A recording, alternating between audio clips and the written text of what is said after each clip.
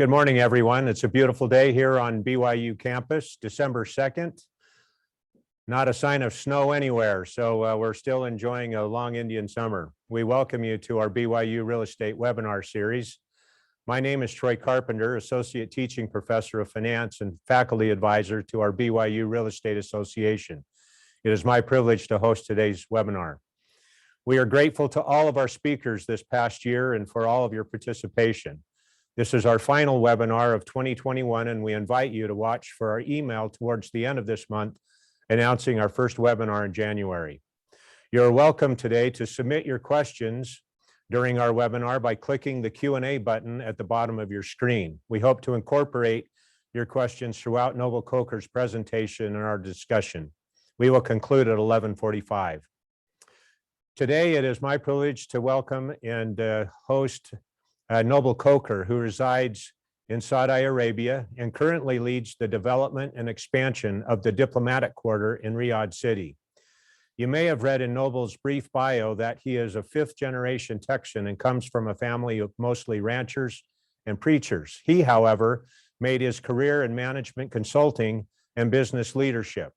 Noble began his career with Price Waterhouse and spent many years as an executive for Walt Disney Parks in Hong Kong, Wanda Group in Beijing, and the Kaisa Group in Shenzhen. He also served as a member of the USC faculty teaching business strategy. We hope to hear a little bit more about his background to get a little context into his journey from Texas to the Middle East.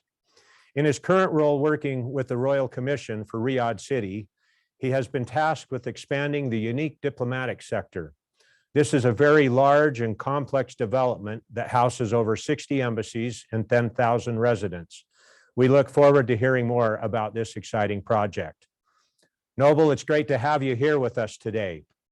Right out of the chute, before I have you share your screen with us and before you begin your presentation, I just had kind of a burning question about what makes it, as a fifth generation, for you to need to make that part of your communication be that official. You know, there's a lot of people that have moved to Texas recently. So those of us that have been there for a long time, it's kind of required that we let people know that we're there. My granddad used to tell me, and this is the truth. He said, you know, boy, never ask a man where he's from. If he's from Texas, he'll tell you, and if he ain't, there ain't no need to embarrass. I love it. That's wonderful. Well, I know we'll have several other questions throughout your presentation and our discussion today. I'll go ahead and invite you to share your slides with us and go ahead and begin your presentation. And I'll just interrupt you with the questions as they come in, if that's all right. That's okay. I'll move to share my slides. Let's make sure that you can see this. Those are coming through okay. There you go. Brilliant. Okay. So I'll just start here. Please. I think before I start about the diplomatic quarter, I want to give an overview of Vision 2030 and how it applies to Riyadh, the city itself. The diplomatic quarter is a municipality to the edge of the city, and so it's important to understand where it fits. You have to understand kind of the bigger picture. So this is His Royal Highness Mohammed bin Salman bin Abdulaziz. Some people in the West call him MBS because it's easier to say. But he's the architect of the 2030 vision. And if you're gonna, compare it to anything, this is Saudi Arabia's moonshot. This is the aspiration that's put out there that we will be at the moon at this time, that happened in the 60s for the US.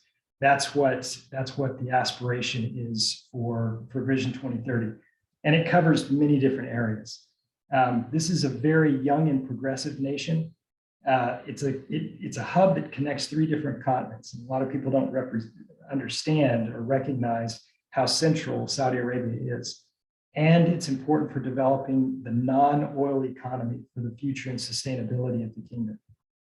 It covers everything. So it goes from, the economic footprint, which everybody's aware of, but it's also focusing on the development of talent within the kingdom, livability, urban spatial planning for the entire city, branding of Riyadh itself so that people recognize what a valuable place this is, and the governance of the city and the municipalities that comprise the city. So these are the numbers. Today, Riyadh is 7.2 million. The target for goal 2030 is more than 15 million people living in Riyadh at that time. Right now, it's the 40th largest economy. It should be within the top 10. That's the aspiration by 2030. Currently, GDP of 249 billion just for the city, and the aspiration is 800 billion by 2030. So the growth and the vision is massive and expansive. But in order to achieve that, you have a couple of levels of infrastructure that's required. One of the first levels of infrastructure is just transportation, what it takes to get people around the city if you're going to build something that big. So this is the metro and the bus network that is currently going in. Most cities, when they're building a metro, they start off with one line. And then that line is expanded to 2, and then 3, and then 4. And you can see that's happened in Hong Kong itself. There's an incredible metro system in Hong Kong. But it's been a process of 30 to 40 years that it's taken to get where it is right now. Riyadh is going to build 6 lines, or is actually currently building 6 lines simultaneously across the city, which is massive. And the metro is targeted to open in this coming year. It also is adding 80 routes, 3,000 bus stops, and 1,900 kilometers of road, just to prepare for this large increase in population that I was talking about before. There'll be 37,000 square meters of retail GLA, 473 retail units, and 26 of which is F&B, all just within these facilities that are the metro facilities. Then there's King Salman Park, right? So now this is the livability piece of it. This is the green oasis. This is the place that brings Riyadh together. So it's about 16.7 square kilometers right in the heart of the city that is not there right now, but being developed. It's connected to 6 major arteries. So everything ties into this new park. 800,000 square meters in the valley area of the park itself. A Royal Arts complex will be built, a golf course, and a sports complex, all within this location of King Salman Park. There will be 14,000 residential units, 2,200 hotel keys, 250,000 square meters of retail space, 390,000 square meters of offices, 295,000 square meters of health and education facilities. So, just to give you a sense of the scale and scope of what's being done in the city right now. And then it's the art. So did you have something for me? Yeah, just real quick. So as you mentioned, all of these different real estate asset classes that are coming in, is this all internal kingdom money, or are they inviting outside capital to come in and participate? Yeah, so it's a combination of both. It's a combination of seeding and starting and building with the kingdom's money, and then also inviting external investors to come in and participate in the development of the things that I'm talking about. Do they have like an active ambassadorship, if you will, going out and soliciting that outside capital? Yes, as well as it's part of the mandate of those that are responsible for these major projects. So one of the projects that I'm not going to mention on here is Riyadh, which is the original city where the kingdom was located. The family that started the kingdom was located, and it since has grown since. Then they're taking this place and they're re-energizing that, and this becomes a new complex, a historical complex. So the person that's leading that is, along with his team, is going out to get external investment, as well as the country contributing to help identify external investors to come in and participate. Thank you. I didn't mean to interrupt, but you can continue. Okay, so works of art, it's not just for arts of the city itself, but it's to inspire the artistic imagination of the young Saudis that are out there. In other words, to nurture artistic professions within the Saudis that are in the kingdom right now. So this is about taking and making the city an art gallery in many different areas. The next is Green Riyadh. So Green Riyadh is taking the entire city and making it a bit of a haven. So planting of 7.5 million trees. Currently, that would be about 1 tree per resident. 3,300 neighborhood parks all across the city. I said King Salman Park is a major, but this is about making it spread across the city and adding 43 new city parks to Riyadh. And then there's Sports Boulevard. So Sports Boulevard is this huge development to encourage activity for the citizens of Riyadh. So there's 60 sports activity venues, 85 kilometers of biking trails for amateurs, 135 kilometers of biking trails for professionals, 123 kilometers of horse riding trails, which I personally find very valuable, 4.2 million square meters of green areas, and 120,000 new trees to be planted just for Sports Boulevard. So this will also add 8,000 residential units, 1,000 hotel keys, 120,000 square meters of retail space, 40,000 square meters of offices, and 71,000 square meters of sports venues. And then there's the financial district. So this is the King Abdullah Financial District that has 1 million square meters of office space. And again, center of the city, 330,000 square meters for retail and entertainment, 7 hotels with 3,000 keys, all built within this financial space. Okay, so I'm just giving a quick overview, but these are the major projects we talked about. There's Riyadh Art, Sports Boulevard, public transport, King Salman Park, Green Riyadh, King Abdulaziz Historical Center, Tuwaiq Palace, that I didn't touch on, but it actually is part of the DQ, Al-Hakam Palace, and then King Fahd National Library, and the diplomatic quarter. Okay, and so the diplomatic quarter is what I'm currently responsible for. So I'll give you a little bit of background on that. There's the existing diplomatic quarter, which is 7 square kilometers. And then there's the vision for expanding that diplomatic quarter experience. So the diplomatic quarter, everybody knows about King Salman right now, but before he was King Salman, he was Prince Salman. And as Prince Salman, he was the governor of Riyadh for, I guess 50 years. And he was the originator of the idea of the diplomatic quarter. So the diplomatic quarter itself was supposed to be an area that was carved out. Previously, the embassies for the different countries for Saudi Arabia were based in Jeddah, and the capital was Riyadh. And so they wanted to move all of the embassies from Jeddah to Riyadh. So they carved out this area and put a berm around it and built the infrastructure for it and invited the embassies to come up and said, if you come up here, you'll be closer to the centers of government for Saudi Arabia, but it'll also be a little bit different of a place just because the embassies will be located there. And so they relocated many embassies at that time. And this is in the mid 80s to the late 80s that these embassies were relocating and opening up. But it was a transformational project at the time. It had an incredible vision. About 30% of the DQ was dedicated to green space, which no other part of the city was like that. And then when they opened up the DQ in 1982, they were surprised because a lot of people from outside the city came into the DQ. They didn't expect parks to be so popular. Yet, obviously that was, even at that time, they were making this a sustainable venue even before sustainability was really being talked about.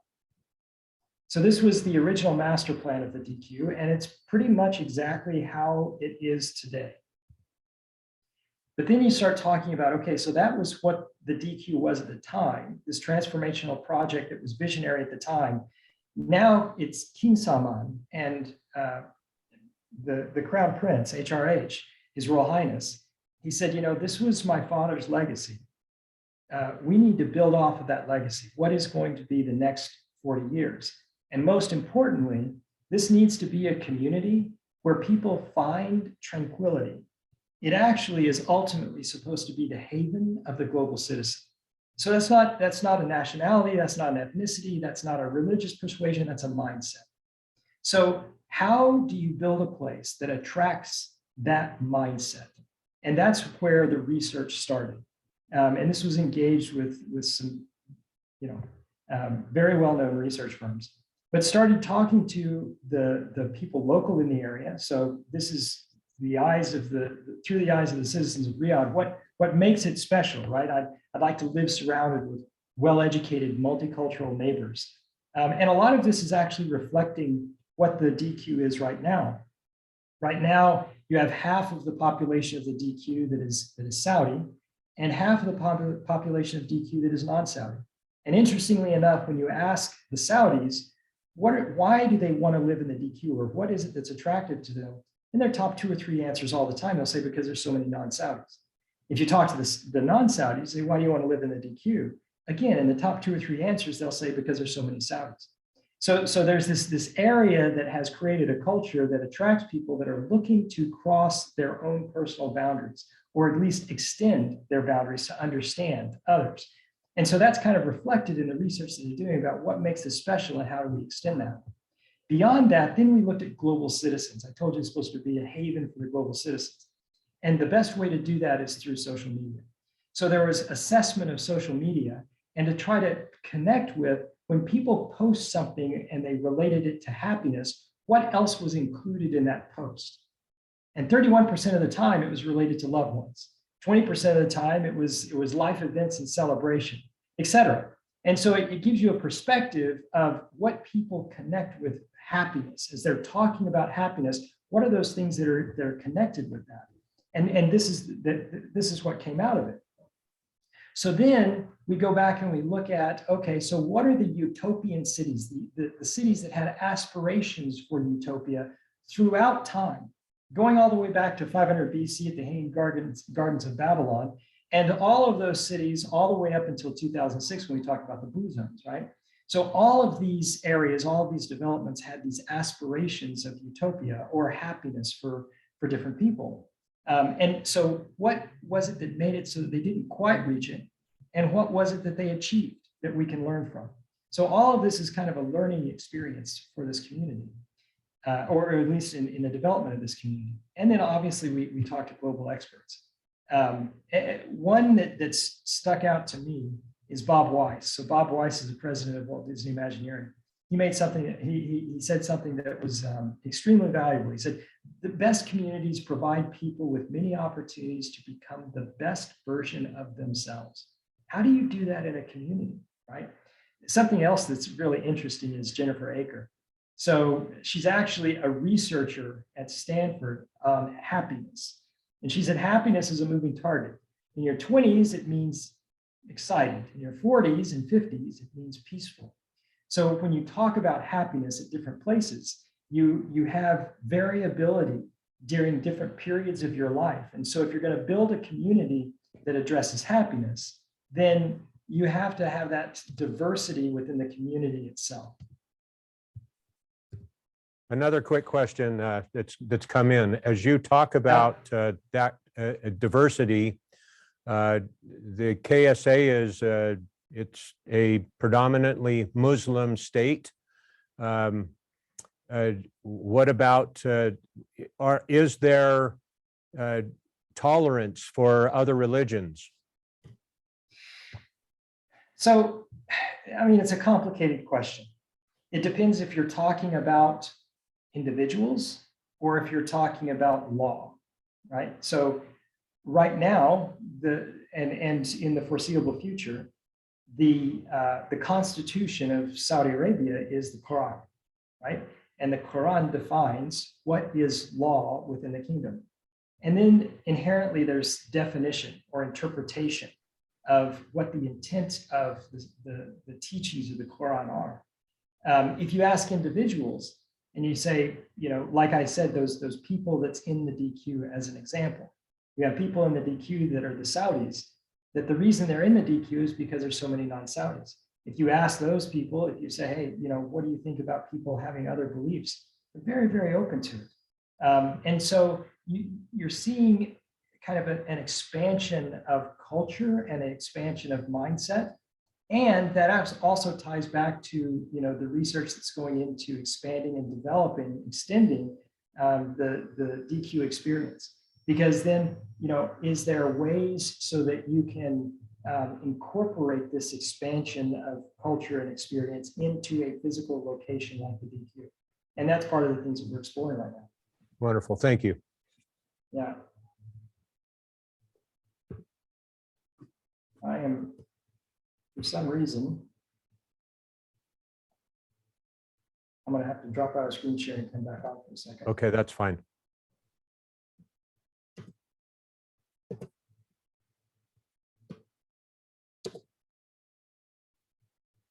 Sorry about that. No, you're quite fine. We like that map behind you. Yeah, I do too. That was a gift from my wife. It makes it much more enjoyable. All right, we're moving on. Okay, so you take all that information and you say, okay, what do we get from it? When you look at utopian cities, when you look at, researchers, when you look at, social media posts, what does it mean? And it was all comprised down into 16 major learnings. This community, this place that should be a haven for the global citizen, what is it that the global citizen is looking for? And these are the things that came out of it. It's about family and friends, memories, belonging and care, equal and fair, growth, duality, reward, renewal, peace of mind, aspiration, timelessness, harmony, abundance, nature, guided, moving target, right? These are the main things that came out of it. So then you take those 16 learnings, and then those are encapsulated into 3 grand themes that underpin what is that vision of what the new DQ. You have the enlightened city, okay? And I'll go into more detail on these later. The Eden Garden and the next gen community, right? So those 16 learnings became the essence of these 3 main pillars that I'm talking about. With those 3 pillars, then you have what are the key anchoring assets or the anchoring features that bring out those 3 main themes, right? And I'm not going to go into those in detail right now, but you have to have a physical element. But interestingly enough, we had a long discussion about, there's so many of these projects that are going on out there that are focused on the physical element. Why? Because it's the easiest thing to quantify, and it's the easiest thing to deliver on, right? If you have a physical project, call it a hotel, and you say you have this really great hotel, you build a hotel, it's done, right? I have completed something. But ultimately, the reason that you're building the hotel is to deliver some kind of experience. But yet the experience delivery doesn't get the same quantification or doesn't get the same weighting as the physical offering itself does. So we came upon something that it's done in Disney, but it was originated, and this is where we came upon it, by Alfred Hitchcock. So when Alfred Hitchcock would make movies, he would have 2 scripts. He would have a blue script and a green script. The blue script would have the words that the actors would say. This is what I'm delivering from a screen perspective. And then in the green script is another script that would be written right beside it. And it would detail out the emotions that are trying to be conveyed to the audience that's looking at it. So there was an expectation for the actors from Alfred Hitchcock himself to, 1, you have to deliver correctly on what you're saying, but 2, you have to deliver correctly on what you're trying to get people to feel, both equally balanced. And so we decided to take that same approach with this project. And we built a green script and a blue script for everything, with both of them having equal weight. You have the physical requirements, and then you have the experiential requirements balanced. So that leads into, DQ is the cosmopolitan center. So this is one of those pillars. DQ is the cosmopolitan center of international relations, a global model for international collaboration, business, and human understanding. What is that green script? So you see here what the blue script is. The pictures represent the blue script, But the green script is, it's the feeling of being at the center of the world, living among 100+ nationalities and having global impact by just being in the place. This place is fully connected, walking in the street and hearing 20 languages in a single day, feeling proud that my children have friends of 10+ nationalities and that they learn from an early age on to effortlessly navigate cultural differences, right? So that's our green script. That's the experience Powerful. that needs to be delivered on, yeah? DQ is a place for unparalleled learning and development. DQ provides you with an opportunity to become the best version of yourself. You heard that before, right? Fostering continuous learning. So what is the green script for that? Proud to be a part of an elite community of future Saudi diplomats and business leaders. An amazing opportunity to learn from the world's leading teachers in an abundant variety of fields, being full of awe at the sheer amount of knowledge gathered by humankind, feeling proud to see my children develop at an unparalleled pace. Again, that's the experience that we aspire to deliver on. And then finally, the Eden Garden. So the Eden Garden with its rivers and lakes is a tranquil refuge for mind and regenerative living, providing immediate happiness to all who visit. Okay, again, the green script. The moment you pass through the welcoming gates and enter into Eden Garden, you feel blessed to be a part of such a special place. Leaving behind the ordinary world, this introduction to lush and abundant nature sets the mind at ease, touching the grass and dipping feet in the water, providing an immediate sense of happiness. Here you will find regenerative abundance. Lasting memories are created in Eden Garden. Okay, so all of these are the aspirations of what it means to extend the DQ experience. So in that context, it matters less about how large the DQ will be. That needs to be mapped out. It matters more about how well that will deliver on the experience or the aspirational experience that we've defined for what the DQ should be for as a haven for that global citizen. Okay, I kind of blew through it, but I wanted to make sure we had plenty of time for questions. So I hope that gives at least a broad understanding of what we're working on. Absolutely fascinating. I love the spirit that comes as you think about the difference between that green and the blue script. I love how you've brought that into being. I don't know if you brought some of that from your experience in Asia with Disney, but I think they're blessed there much because of your community.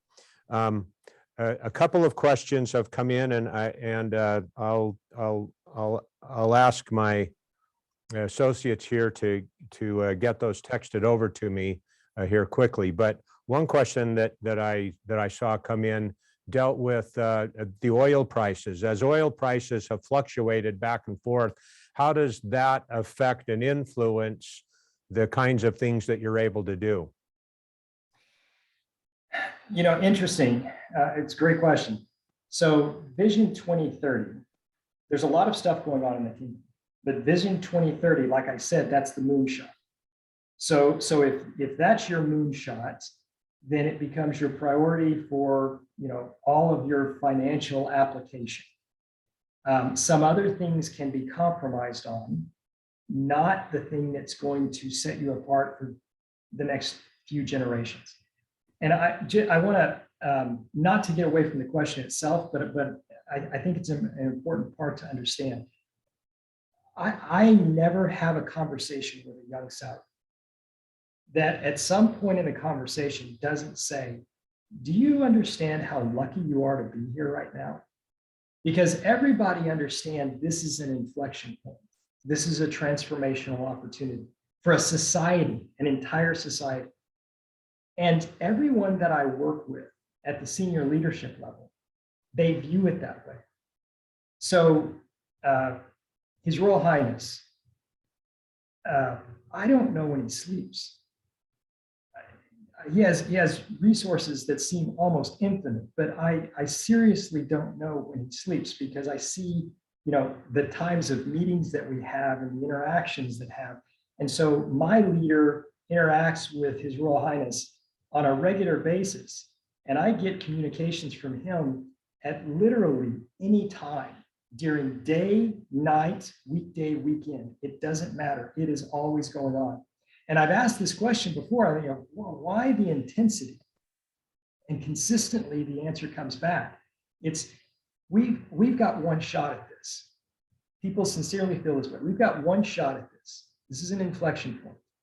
If we don't take advantage of it, or if we miss it, simply because we weren't willing to dedicate enough of ourselves to make it happen, generations suffer because of the lack of sacrifice.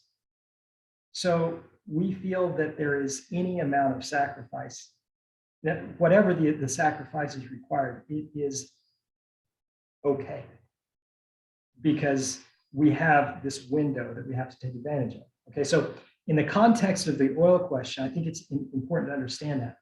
So at times, oil is going to be higher, so it makes it a whole lot easier. At other times, oil is going to not be so high, and that makes it more difficult. So that's where you cut back on things, or that you try to find additional, income streams. And that's what's happened, over this last year during COVID. Oil prices, where it went, like in May of last year.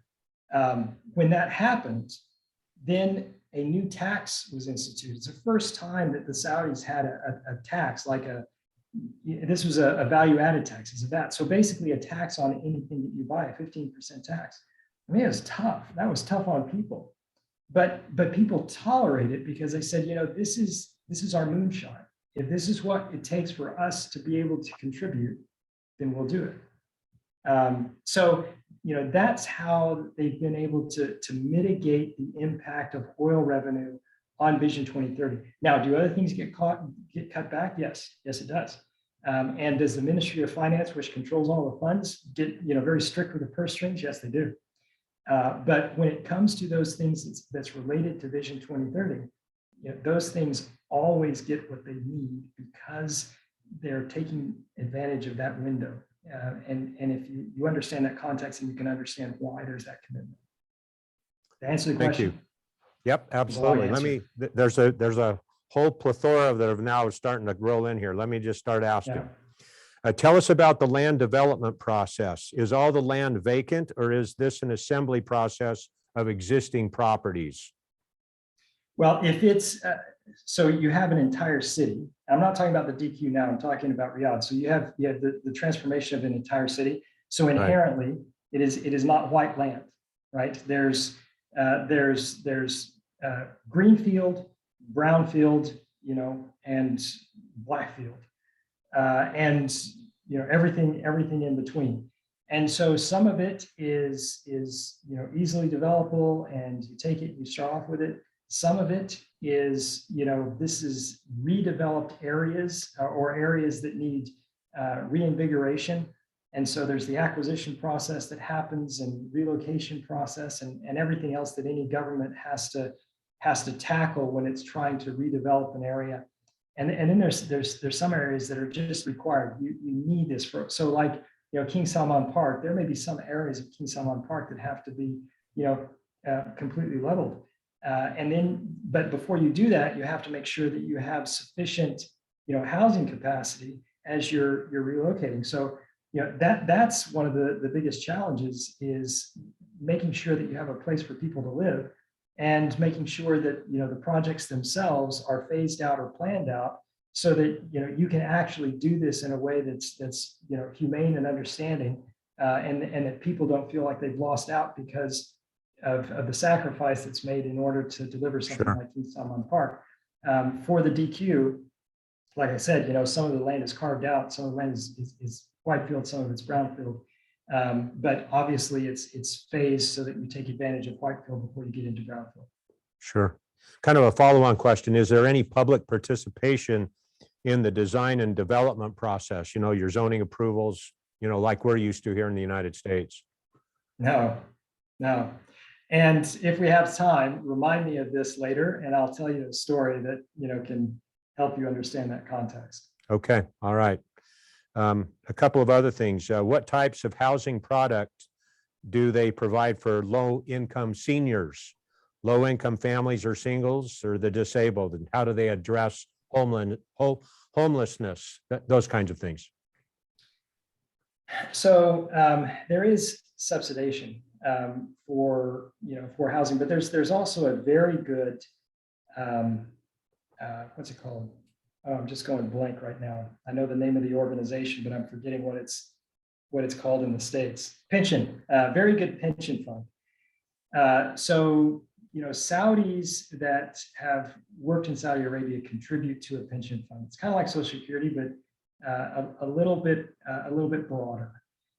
So that when you get to retirement age, there's no elderly Saudis, or at least a very small percentage that don't have the opportunity to be able to move and live in. There's also a more like an Asian context of family sticking together, family taking care of the elderly. So there's two components of it. There's a great pension system, and then there's the cultural component of respect for and care for the elderly. So personally, I haven't seen examples of homelessness rampant. Actually, very, very few examples that I've seen, and it's because I think of these two elements. Talk to us a little bit about safety for U.S. citizens there in Saudi Arabia, in Riyadh, where you're at. I've never felt more safe. Now, to be fair, I've lived in some very safe places, or places that have been very safe, but maybe other people don't consider them safe. Regardless of what you see on TV, Hong Kong is one of the safest places in the world. For a foreigner who's living in Beijing, you can go any place. It really doesn't matter. You're pretty safe. Same thing in Shenzhen. I mean, there's not too many bad places to go. But out of all those places that I've been, I have never felt more safe than I have, living here in Saudi Arabia.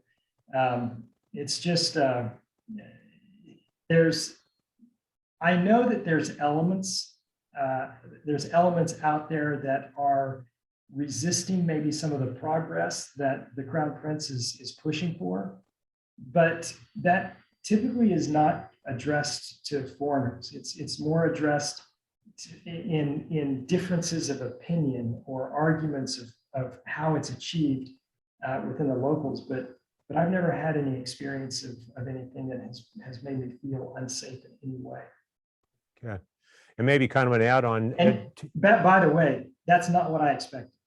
When I took the role, I had the perception that it would be something that would be a bit risky, and we had a long talk as a family about that. But since we've been here, every member of the family has said the same thing as I just shared.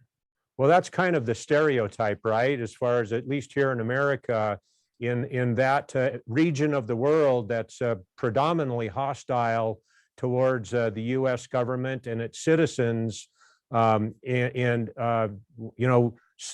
here in the United States kind of have that feeling that there are individuals that they'll try to get their hands on U.S. citizens where they are when they're abroad there in the Middle East, and so that's kind of the catalyst for those kinds of questions. So that's good to hear that you feel that kind of safety there, at least in that part of the country. Tell us a little bit more about your expat experience as a husband, father, a family, your family. You've had them all around the globe now. Yeah, most of the last 16 years I've lived outside of the States. But moving to Saudi Arabia, this is my first experience in Riyadh, my first experience in the kingdom, my first experience in the Gulf Coast countries or the Middle East generally. So it's been a bit of a learning curve. There's some things that are familiar, that are similar to the experiences that I had in Asia, and there's some things that are very, very different. The hardest part, I think, about being an expatriate is the toll that it takes on your family, at least the perceived toll. So you move people around the world. I moved my daughters when we moved to Hong Kong were 3 and 4 years old when we moved there, and we lived there for 10 years before we moved to Beijing. We lived there for a couple of years, and then we moved back to the States for a couple of years. When we moved back to the States for a couple of years, Everybody was so excited about it because typically they're used to going there in the summers and it's kind of vacation time. And they thought it was just the most incredible place in the world and that they were missing out on life because, they weren't living there. And we go back there and my two girls are high school age, they go into high school and they got exposed to bully girls for the first time. And it was pretty shocking, and they felt very insecure because they could talk about all of these incredible global experiences and nobody in high school could care less. They only cared about what was the latest thing on Netflix. And they felt really insecure. But as they went into college, then they appreciated everything that they had. So I think that ultimately it has been an incredibly enriching experience for our children. But during the time, I always had feelings of doubt or regret because I was afraid that I was taking them away or making them miss out on some things. I think now it's starting to prove out that they don't feel that way and that wasn't the case. But it definitely is something as you're moving around, you think about the impact to your family for sure, because you're not around grandma and grandpa all the time. They don't know their grandparents very well. And that's something that I think they really did miss out on. You mentioned just a few moments ago, as we get closer to the end, to remind you of an anecdote that you might share with us concerning our former discussion. So let me think, what was the discussion for a second? I just went blank. But actually there's a different anecdote that I'd like to Please. share with you. And I think it encapsulates what the aspiration is. And it just happened today. So I was talking with the ambassador of Oman, and that's kind of a weird thing too. I mean, it's a great thing, but it's a weird thing because I speak with ambassadors on a weekly basis, literally. And it's incredible to think that you sit down with these ambassadors and you have these conversations every week. So I was talking with the ambassador of Oman, and we have a farmer's market that we have every Saturday. And he was telling me about, the thing that he really enjoys about living in the DQ is he's walking to the farmer's market, and this lady is walking down the street close to him, and she recognized that Omanis wear, a particular kind of headscarf. And she noticed that, and she says, "Oh, are you Omani?" And he said, "Yes, I am." And so they had started having this conversation, and they continued to walk together into the farmer's market, and they got each other's contact. And now, she's going to come over to his place. She ended up being a Canadian diplomat, going over to his place with his family, with her family and stuff.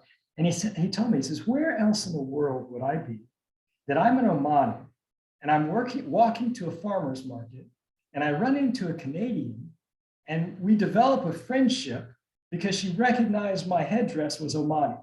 Where else can I get that?" And I think, that's what we want it to be. That's the aspiration of what we're shooting for. Just that opportunity to bring people together, to cross boundaries, and to find connections that are not related to culture or ethnicity. It's just related to the basis of, on the foundation of people being able to respect, and engage with each other. Well, powerful words of wisdom. Noble, thank you so much. We could go on for another hour. We do have joining with us here on the call today students who are pursuing careers in business and real estate. There will be those that will be expats in their own careers in the future. Is there any parting nugget of wisdom that you've gleaned from your experience that you'd like to share with them as they prepare for their careers? I've done this and I've shared it with others. And those that have done it, they've come back and told me that it works, but very few do it. And this is what it is. Never think about the next job. Never think about the job after that. Think about the third job. What is your job 3 steps from now? So then if you always have a target, then the compensation doesn't matter. What matters is the experience that you get from your next job to help you in the next 2 steps to be prepared for that third job. And if you look at your career that way, you end up making decisions that are based on a target versus simply an opportunity. It doesn't mean you turn away from opportunities. It just means that whatever those opportunities are, they have context, they have purpose, and then so rarely do you end up in a place that you didn't intend to be. And that's something that a lot of people do throughout their careers. They end up in places they didn't intend to be. They didn't have a purpose behind it. So that's all that I would share. Noble, it has been absolutely delightful having you here with us today. I look forward to future conversations with you personally. Well, everybody, that concludes our webinar for today. We look forward to being with you again after the first of the year. From the BYU campus and the Marriott School, we wish each of you a Merry Christmas and a very, very Happy New Year. And to you, Noble, Merry Christmas and Happy New Year. Merry Christmas and Happy New Year to you too.